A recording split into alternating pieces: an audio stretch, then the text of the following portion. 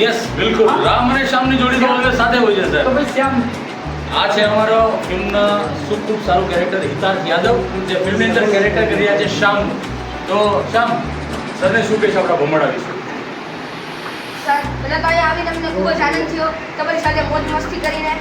અને અમારું ફિલ્મ ભમરડાની વાત કરું તો કે સર તમે જમીન પર ભમરડો ફેરવ્યો હશે, અરે હાથમાં ભમરડો ફેરવ્યો હશે, પણ અમારા પિક્ચરમાં અલગ જ છે. કોઈકના મનમાં ભમરડો પડતો હશે તો કોઈકના દિલમાં ભમરડો પડતો હશે, કોઈકની આંસુમાં ભમરડો પડતો હશે તો કોઈકના સંતોષમાં ભમરડો પડતો હશે, અને સાહેબ કોઈકની તો સફળતામાં પણ ભમરડો પડતો હશે.